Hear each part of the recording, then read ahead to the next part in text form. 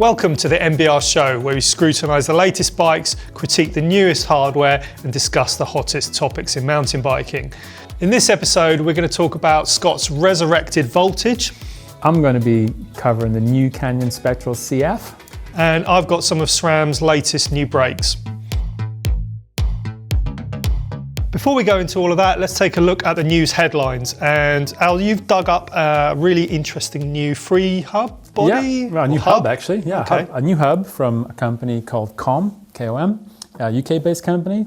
And they basically flipped free hub design on its head. So their technology is called Infinity Drive. And what they've done is they've taken the ratchet ring that traditionally sits between the free hub body and the hub body. Instead of having it in the middle of the hub or towards the drive side, it's on the non-drive side. So it's actually in the rotor.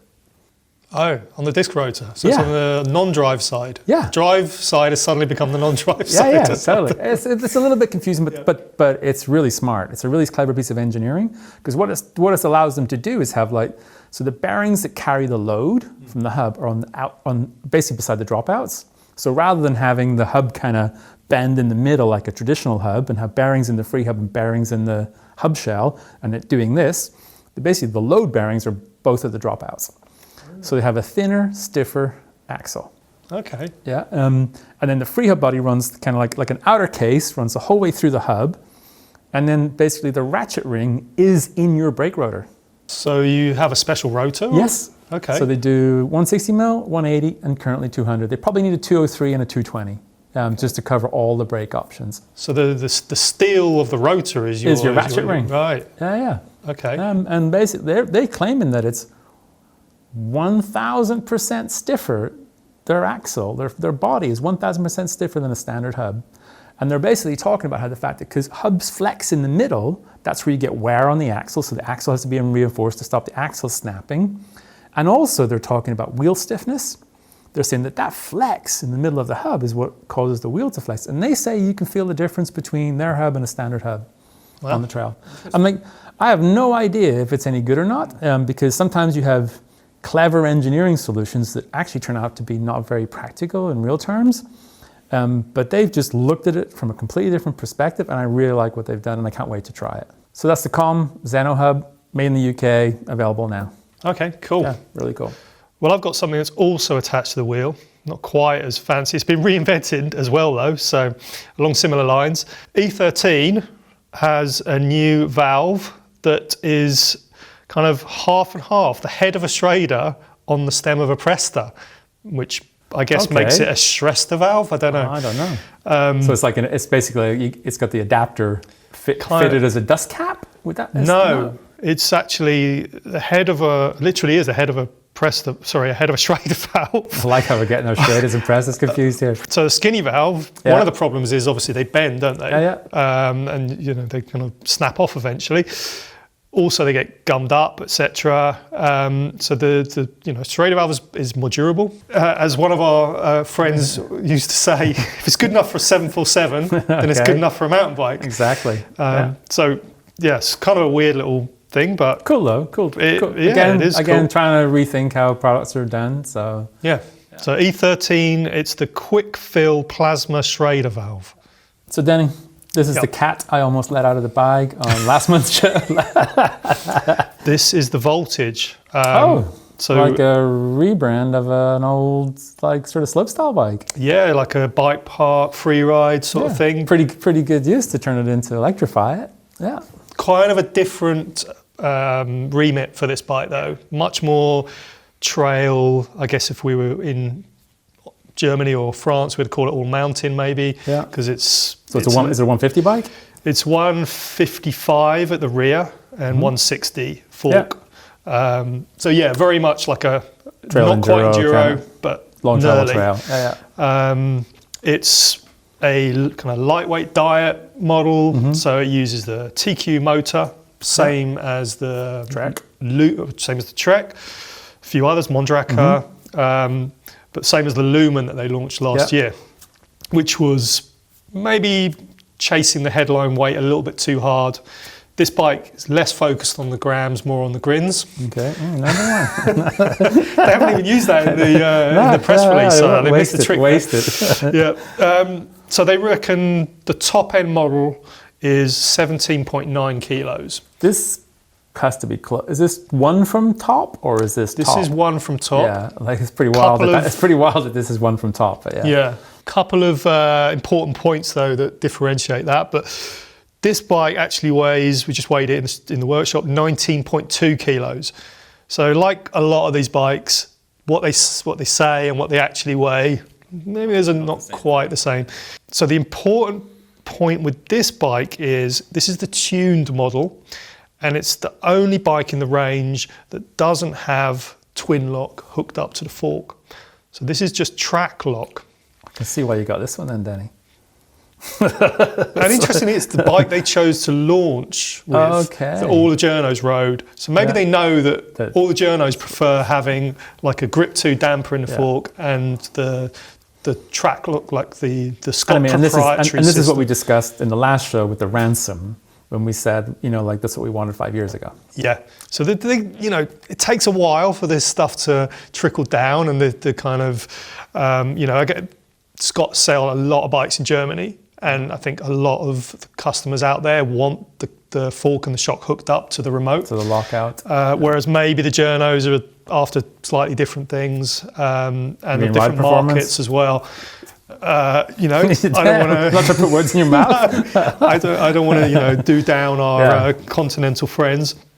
So this is the one bike. The rest of the range is the twin lock system. Okay. So when we discussed the ransom, it was all about 6-bar and packaging. I mean, they've done some crazy packaging on this too, right? Yep. Yeah. Is this bike a 6-bar? Haven't managed to squeeze in the full 6-bar on this. This is just the 4-bar. Okay. But still, when you think they've got a motor in there, a battery in there, and a shock in there, that's pretty wild. Yeah. All the wiring, all of the, you know, it's still got the twin lock, so it's got cable going to the shock. It can run a piggyback shock in there as well. Only on this bike though, the rest of them are all, you know, like an inline shock.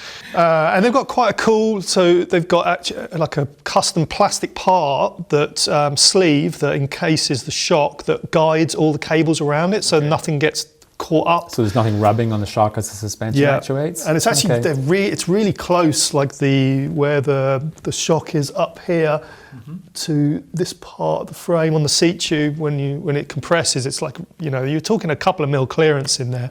So they've got like a much thinner bottle cage mounts for the plates and stuff, and all sorts of crazy stuff going on. They've gone to a lot of trouble, haven't they? So I'm assuming it's a non-removable battery. Yeah, because Danny, I only asked that question because the way you described all the other things to me, I thought the last thing I want to do with that bike is like open it up. Yeah, probably not. Again, Scott done some really cool, like they've made these transparent 3D printed frames showing where everything fits inside it. Yeah, it's tightly packed. It's all kind of like a modern car, really. I mean, there is a lot of space there actually to get your hand in and get into the shock and stuff. But yeah, it's not something I'd want to be working on yourself, with. basically. Yeah. But you know, although you maybe can't take the battery out, it has got space for a range extender and a water bottle. So yeah, there's loads of space on it for your essentials. They've also got like a tool inside the water bottle there. So one of the advantages, maybe we didn't talk about with the ransom so much, but with this we can talk about it now with this, is that putting the shock inside the frame obviously means that it doesn't get contaminated anywhere near the same degree as an exposed shock. So theoretically, you should maybe be able to service it less frequently. So it should probably carry on working better for longer. Yeah, you don't have to think about like where does it need a mud guard? Does it have to have a cover? Do the bushings wear out as quickly? There's a lot of advantages to having it covered. And obviously, it's got the one-piece bar and stem on that. Yeah. Not all the bikes come with standard. That. You know, for me, all of the one-piece bar and stem, and then some of the bikes come with carbon wheels, and it's quite harsh ride. And this has also got the adjustable hand angle that came on the ransom. So again, 2 inserts, rotate, 1 to get the 2 offsets, steep or slack, and then you have to put the other one in if you want the neutral, which again involves disconnecting everything. Quite longish chain stays on this bike for you know, what is a sort of lightweight e-bikes, 455. You rode this bike, right? At the launch. Does it feel like a long chainstay bike, or does it feel dynamic? Or I wouldn't say it's the most dynamic diet e-bike I've ridden. Okay. I wouldn't say also that it's no slouch changing direction and stuff, because these ride just so differently to a full fat e-bike. Yeah. It feels so much more like a regular analog bike. And actually, where we were riding in Spain on the really dusty tracks, it was quite good to have that extra rear centre length, I think. Just help keep the front tyre loaded? Keep the front tyre loaded on the kind of loose turns, and it just meant that it was maybe less snappy, kind of when it started drifting. It was just more control. More predictable. And also, and that's interesting too, because this bike's got 2.6 inch tyres, right? Yeah. Front and rear. Yeah. So again, Scott stuck with, they were, volume. At the start, they were into the big volume plus tyres, weren't they? And they kind of, detuned it a little bit down to 2.6, but they've stuck with that. So Danny, how did the TQ motor handle the heat in Spain? Because that's one thing that it hasn't happened to me personally. I ride mostly in the UK, but I've heard from people in other countries that when it gets hot, you can get an error message on the display because the motor overheats. Yeah. Well, the TQ does get very hot, and on the launch, because it was like over 25 degrees, it did get really hot. I mean, you wouldn't want to hold on to it for more than, or even touch it for more than a couple of seconds. But no error messages. Again, you've got the shock enclosed there as well. So Scott say that the operating range of the shock is much more consistent. There are less sort of peaks and troughs as the temperature heats up, and then as you maybe stop, it cools down. Actually, it's more consistent. Oh, because you don't have the airflow cooling the shock. Yeah. Okay. On the day when we were riding it, certainly didn't feel like there was any damping fade or any change in the performance of the damping. So it felt fine. We were maybe doing 5-6 minute constant descents. So hard to say, but I think we'd have to probably take that to the Alps or something to really sort of see how that performs. But no issues on the launch. So if someone wants to get their hands on a Voltage, how does it compare, sort of size-wise, to maybe the Genius? Yeah, the reach is really similar. So if you're on an L Genius, you'd be on an L Voltage. Okay. Yeah. I mean, this is really kind of the e-bike version of the Genius, effectively. The chainstays are a bit longer, the BB height is a bit taller, which you'd expect on an e-bike anyway. And you mentioned earlier that the pricing's kind of been, because the Genius the Genius Ben had on long-term test last year was pretty spendy, right? Yeah, I don't know exactly how much that was. It was over 10. When that bike was launched, the Genius was launched, I think in 2022. It was £10,999 for the tuned model, which had the equivalent of this, grip damper and stuff like that. The fork. This bike is £10,999, which isn't cheap, but at least there's a motor and a battery. And the Lumen, which came out last year, was £14,699 or something like that. Had some kind of quite high-end wheels, carbon wheels and stuff, but that's a huge chunk of money. So this, relatively, it's not a cheap bike. It's the price relatively better has come down than the Genius was last year. I think that Genius has also come down in price. So everything's shifted. But considering you get the motor, battery, all that sort of technology, the Axis, the new T-Type, everything. So it has got better value. And the range starts at 6,599 for this for the Voltage. So but it comes with twin lock. It comes with a twin lock. Yeah. Cool. Nice. Cool bike Voltage. Though. I love the 80s graphics and stuff. Yeah, I like the graphics too. And I just think it's probably a little bit high on the price point for our lightweight e-bike of the year tester. Cool. So Al, your turn now. You've got a bike to talk to us about. Doesn't have a motor on this one. No. So I went on the recent launch of this is the Canyon Spectral CF. Okay, so one of our previous Trail Bike of the Year winners. So what's changed on this bike then? Quite a lot. So I didn't go anywhere fancy like Spain or the Alps or anything. That's where the Forest of Dean. There's not big changes on this bike. I'd say the biggest change on this bike is in sizing. Okay. Yeah. There used to be 4 sizes, now there's 5. Okay. So that's allowed them to kind of spread the size range a little bit wider without such weird jumps in it. So traditionally I would have ridden a size L on a Spectral. I'm now on a medium. Okay, so this is similar to what they've been doing to their e-bike range, isn't it? Exactly. Yeah. Exactly. So if anybody like watching this and think, oh, that bike looks amazing, I want to get one, get an L. I'm 5'11", and I rode a medium because it's got like a 475 reach. Okay. And the L is 500. All right. Which is big. a big bike. I don't ride bikes with 500 reach currently because they just feel too big for me. So I downsized to a medium. And then there's an XL, is there as well? Yeah, there's an XL. So you've got extra small to XL. 5 sizes. And what's really cool now is that when you at checkout, you can choose whether you want 29 or MX. Oh, right. Because they've borrowed some technology from Specialized, and they've got this little HorseLink flip chip that corrects the geo 100%, just like Specialized. And I know this because the first thing I did was I got this bike back from the launch, took it to the workshop, put it in the work stand, found a wheel with the exact same tire in 27.5, stuck it in the bike, did the flip chips, and remeasured the bike. And it's identical. Cool. The only thing that changes is it's 7 or 8 mil in the chainstay length. So the chainstay length gets shorter for the 27.5 bike and longer for the 29er. Yeah. So they've done that. So that's really cool. So you've got the choice of wheel sizes, you've got a better size range. And they've also been looking over Specialized shoulder again, and they've got they don't call it a SWAT door, I think they call it stash and store. They've got internal down tube storage. Okay, which we saw on a couple of bikes earlier in the year. I think it was the gravel bike. The gravel bike, yeah, and you predicted that, hey, this could be a thing. It's exactly the same. So it's quite a small opening in the frame, but it comes with a little tool bag. Well, actually, I think maybe you ordered the tool bag again. What, fishing rod or? Yeah, like you don't want to overload it. Yeah, but you can get this bike had an inner tube in it. It had tire levers and had a CO2 canister, and it went in and out pretty easily. Yeah, and it's quite a secure latch too, and it's really streamlined. It's not one of those ones with a little lever. I like it. It's neat. They've done a good job on it, even if they're a little bit late to that kind of internal storage party. But there's one thing on this bike which is almost exclusive to Canyon, isn't it? Which is quite new. Yeah, and it's on all CF models now. Yeah. So previously they had a CF8 with KISS, and I think it was basically it was to test the water with the system.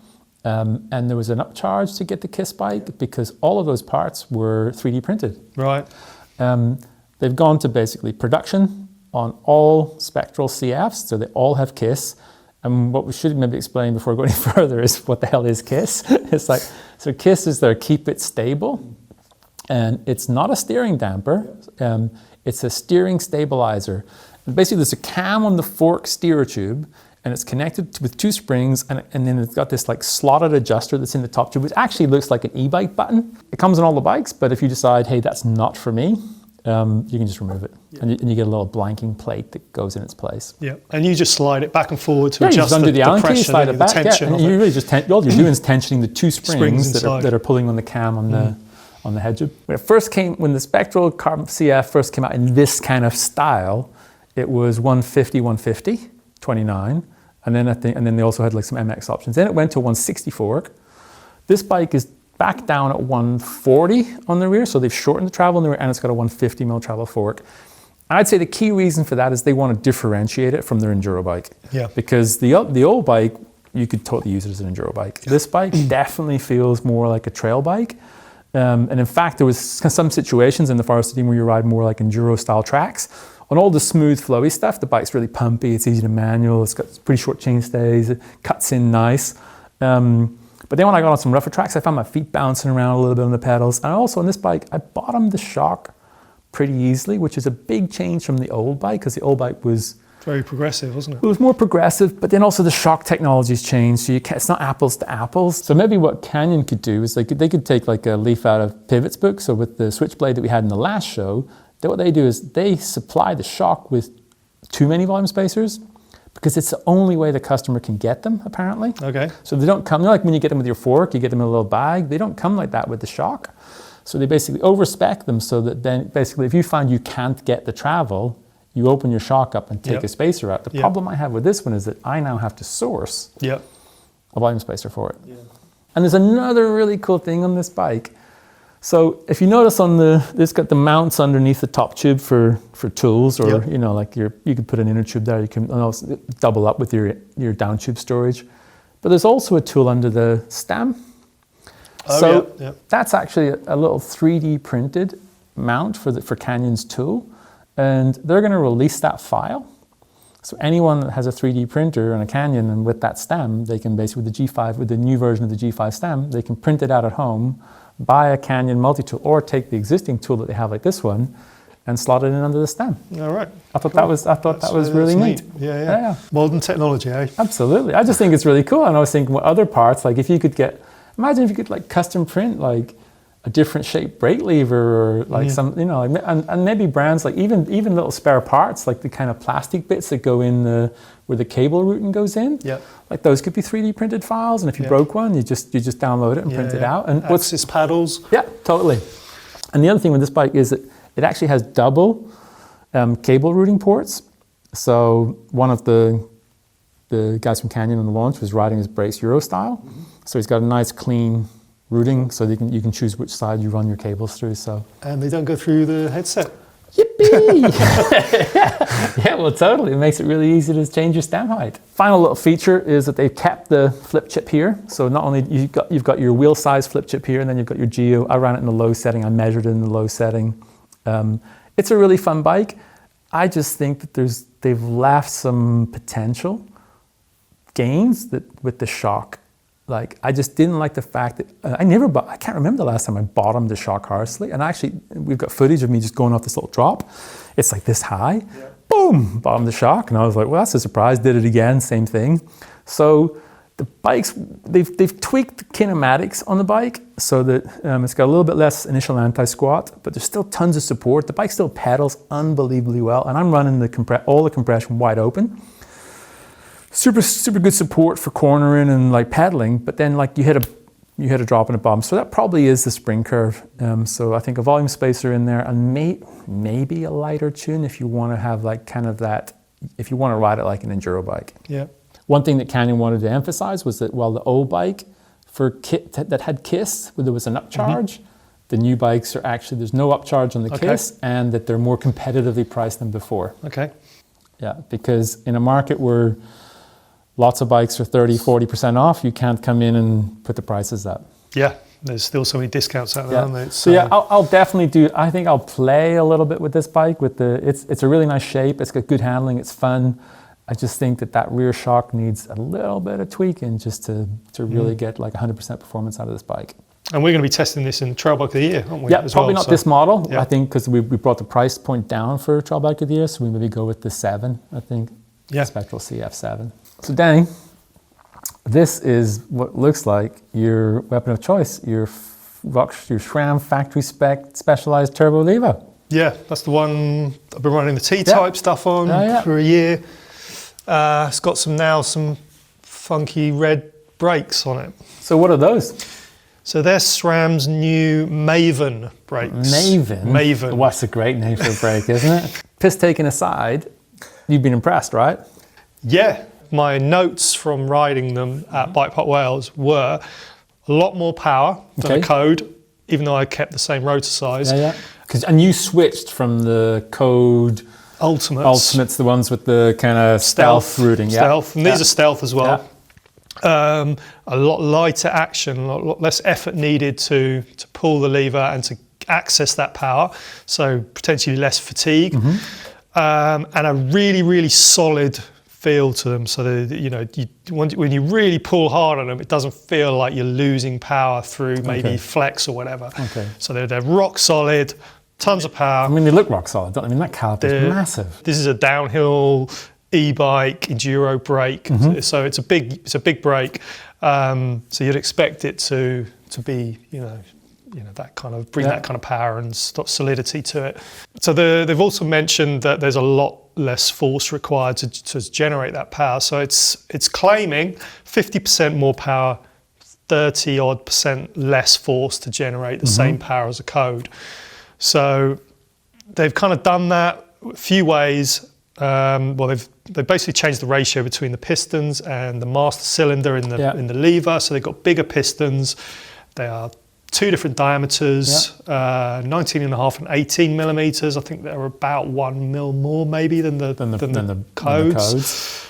And then they use the swing link on the lever, so the kind of cam system to adjust the leverage through the stroke and kind of how much mechanical leverage. Exactly.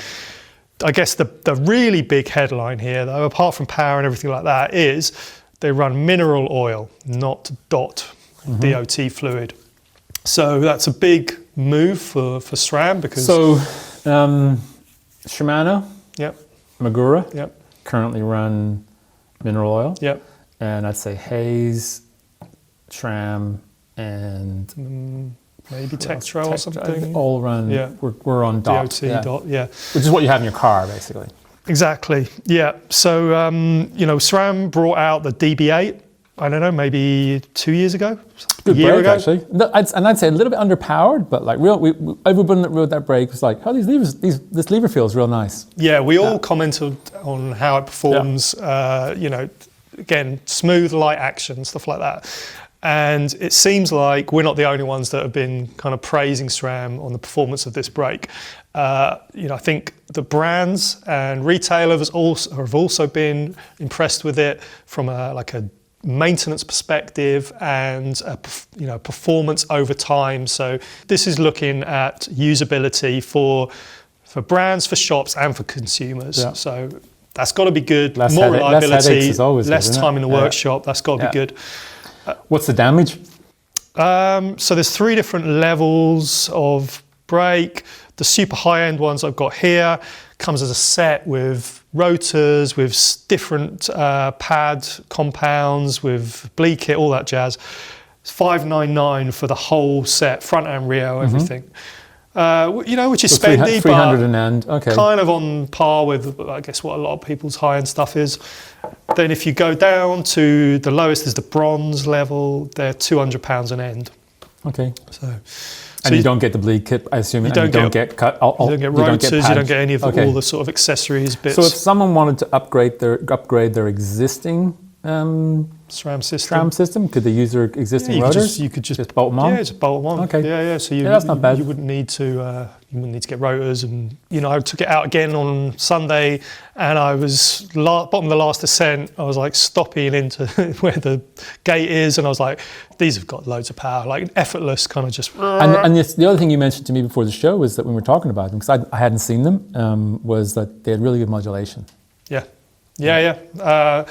It's not just like sometimes the Shimano brakes can be very, like the XTs can be a little bit they got power, but they can come on a bit rapid. Just the way their cam seems to kind of almost work in reverse or something. You were telling me that like the brakes had just like really smooth power delivery. They are. They've actually, I think they've done a really good job in the feel through the lever. So there's tons of power, but also it's really controllable. But now you've got SRAM brake range, which has got a DB8, which is kind of the entry level brake almost with mineral oil. You've got Maven at the other end with mineral oil, and then you've got all these DOT brakes in between. Yeah. I mean, if there's a performance advantage, which it sounds like it is, then it sounds like a step in the right direction. Yeah. No, it's cool. It's so far so good. Excellent. Right, we've had a load of new tech on that show, haven't we? We've covered stuff like steering stabilisers, we've got different brake fluids, we've got the internal storage, internal shocks. I mean, a lot going on. So let us know in the comments if you think any of this new technology actually offers a genuine advantage.